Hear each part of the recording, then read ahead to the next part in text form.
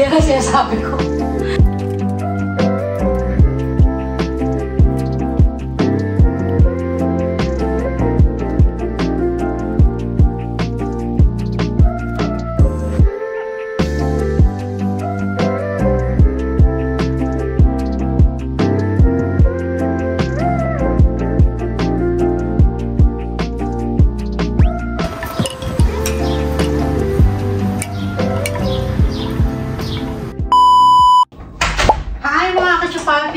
Welcome back to my vlog!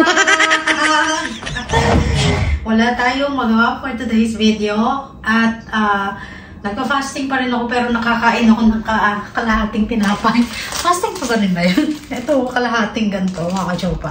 At saka black coffee ang kinain ko kasi gutom na ako. Kahapon pa ako nagpa-fasting. Itatry ko sanang 3 days fasting. Ay mga kachopa, kahapon talaga ang drama ko.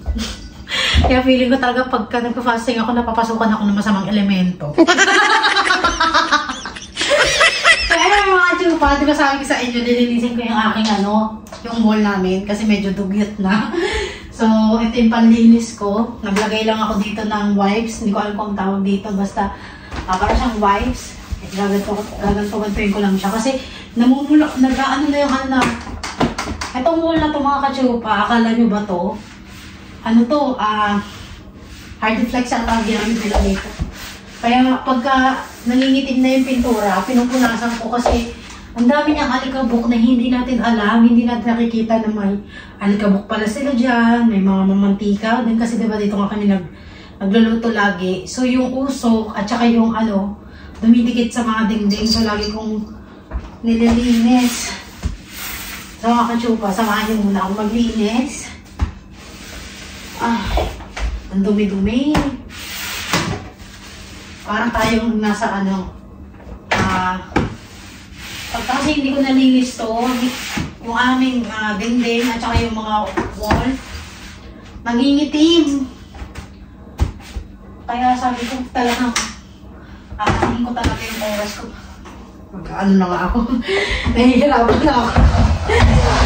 Nahihirapan ko kasi mga chupa. Nangingitin siya pagka hindi natin nalilinis, diba?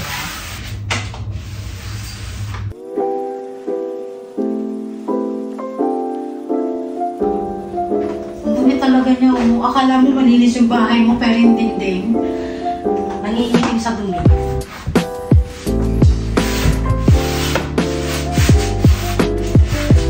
Ang hirap kasi pagka dapat meron akong rito ang nangingitin ko.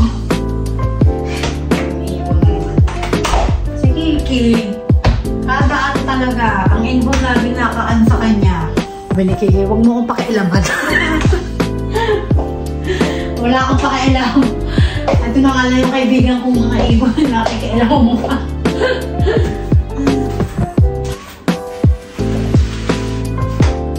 Dapat talaga meron akong parang pagkana, nakakachupa, para gaganunin mo na lang ng kamay. Meron pagkaganto Kita niyo yan. Sobrang dugyot, di ba? Ay, buti natatanggal siya kasi akala ko hindi natatanggal Ay. Ewan ko lang pala hindi ka mapapayos dyan.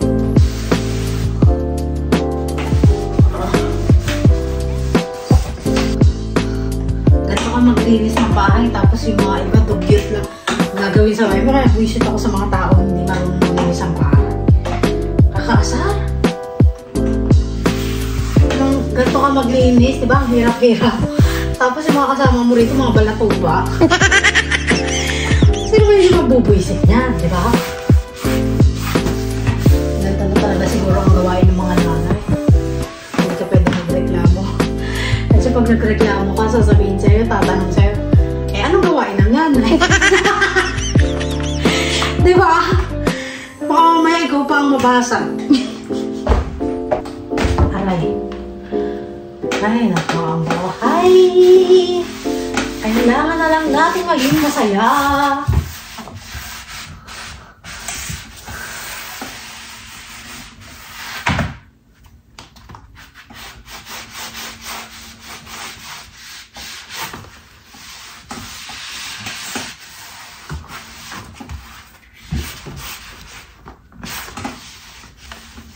Para lang ako nagpipintura yun, no?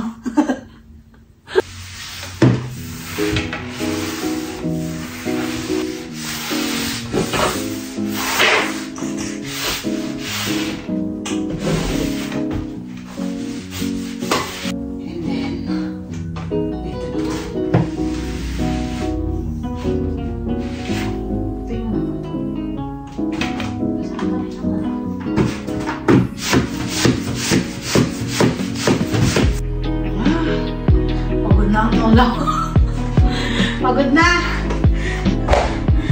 Ay, nako. Pagka gantong tuyo na yung wipes, palitan na natin ang wipes. Ay, lampasan muna natin siya sa sahig para huwag natin itapon yung wipes. Madumi na. Gamit na yung rod. Para hindi naman sayang pa. Ganito ako mga kasyupo pagka wala akong ginawa rito. Maghahanap talaga ako ng babae. Kaya pagka medyo bukan din na. Kanina ang ganda-ganda ng araw natin. Ay, yung aming neighbor, kulay pink yung ano nila. Yung halaman nila. Papakita ko sa inyo. Ang ganda. Pakita, ayan o. Kulay pink. No? Ayan o, kulay pink. Kaya lang nandito siya sa ano eh. Yan o, kulay pink yung ano nila, halaman.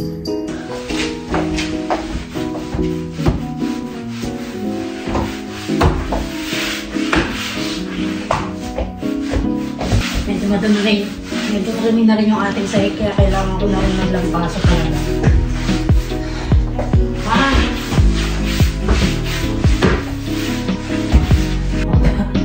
Ang dumi na. Palitan na natin ang bago.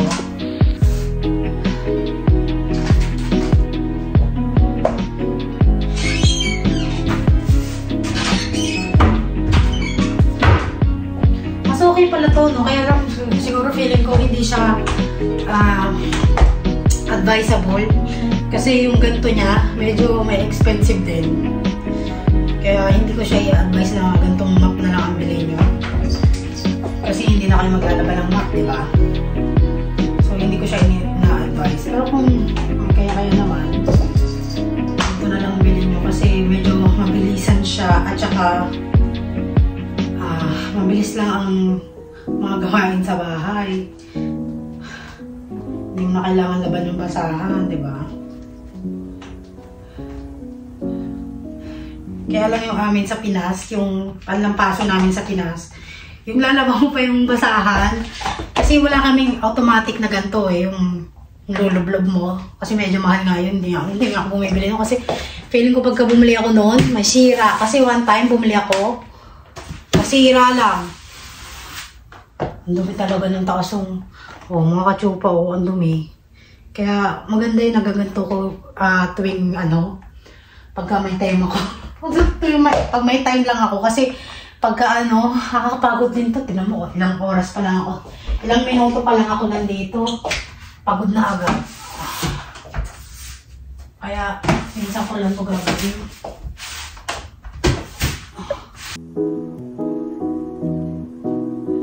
Ganyan. Pagod na!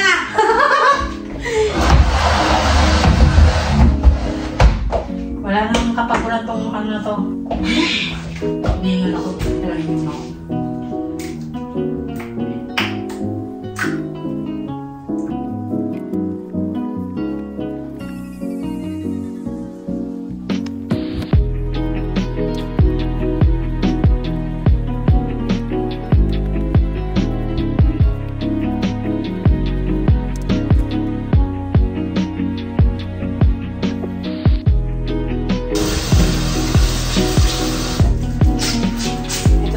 Gamitin ko. Kasi feeling ko nauubos ko yung Tsaka feeling ko hindi rin natatanggal ng mga pagka hindi mo diniinan. So ito na lang. Paralalaman ko na lang. Kasi medyo marami-rami pa ako ang pupunasan dito. Yung mga cabinet, pupunasan ko pa.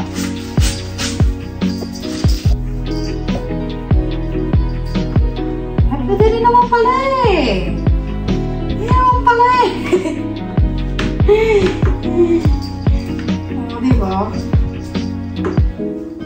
Swiper pala ang tawag dito. So, tingnan natin kung makakapunas ba. Ay naman pala eh!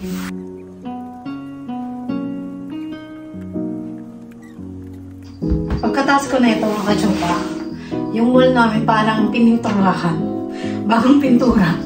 Kasi makintab na eh.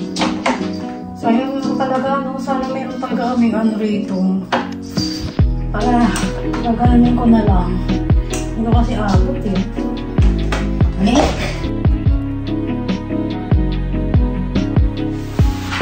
Uy! Yan kasi sabi ko.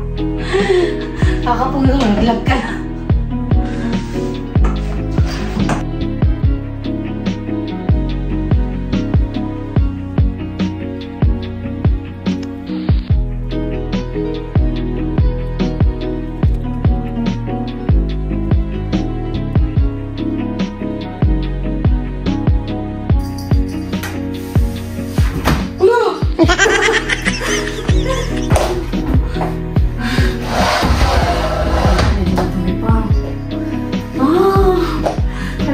Tapos eh. Nasa ko muna ulit.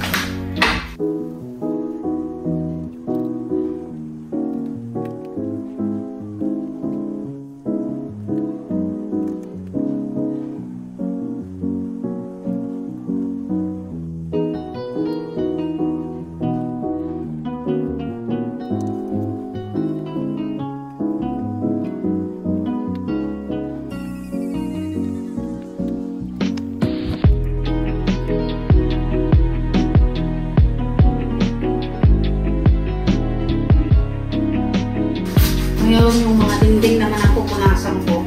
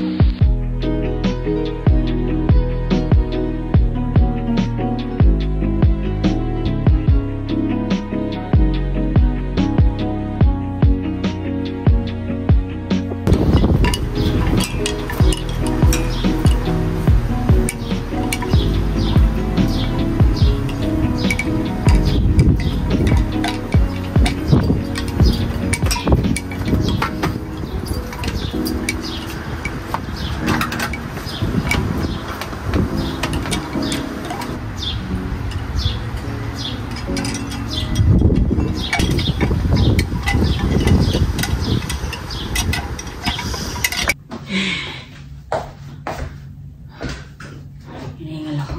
Malapit ako matapos mga kachupa.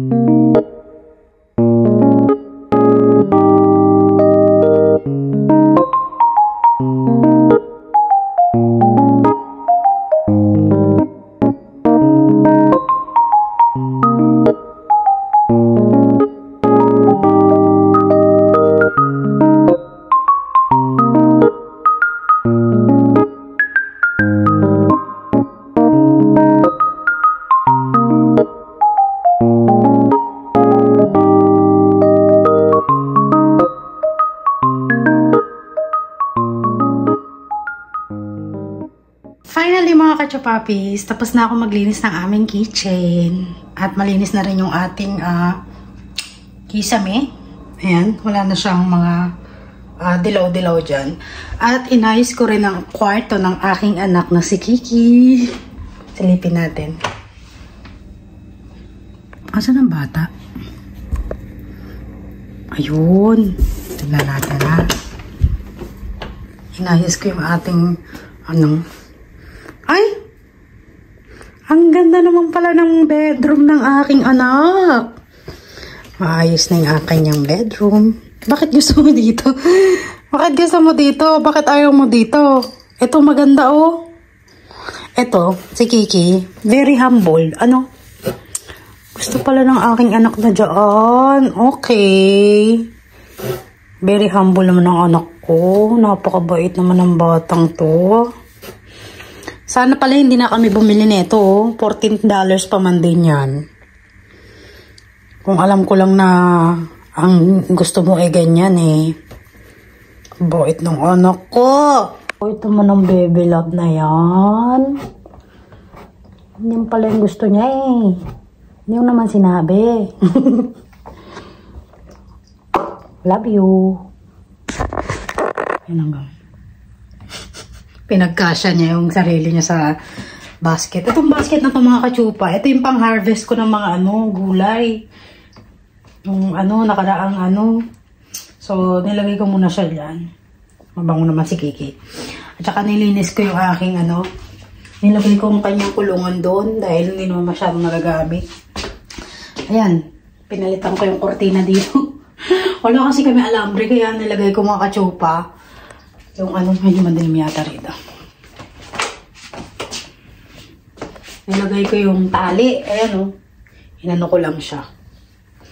So, gano'n kasi merong bintana rito na pwede mong silipan sa labas. Tapos gumawa ako ng sinampay kasi minsan pagka umuulan wala akong sampayan dito sa loob. So, nag-DIY na naman ng bata. Hello, baby. Gusto kong gawan si Kiki ng mga niya. Yung mga niya rito, yung patungan ba niya. Para pag naglalakad siya, yung ganon. Kasi, saktong-sakto tong na to. Saktong-sakto tong space na to para sa kanya. Kasi, minsan kasi, pag ayaw namin siya dun sa loob, kasi makulit na, pinapasok namin siya dito para kahit paano, di ba? Nilagay ko rin yung carpet niya doon. Tapos may bintana siya rito. So gusto kong gumawa si paper ng ng ba dito, yung daanan ni Kiki pa ganun. Tapos meron siya ditong bintana. Para kahit paano, boring na boring siya. Dadungaw lang siya rito. Kausapin niya yung mga ibon. Eh, lagi pa naman nandyan yung mga ibon. May Ki? Dinakot ko na rin yung tahi ng aking alaga. Ito pala mga kachupa yung nilalagay ko sa aking litter box para hindi siya masyadong mabantot. Ito ilagay yung mga kachupa. Mabango siya. Kaya lang may $8 yata to.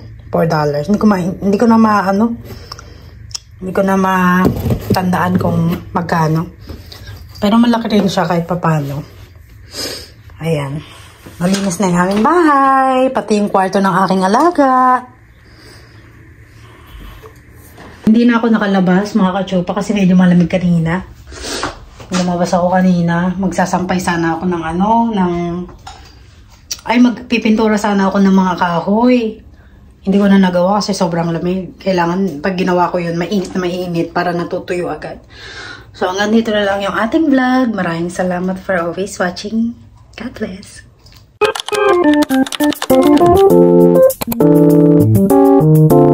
Thank you.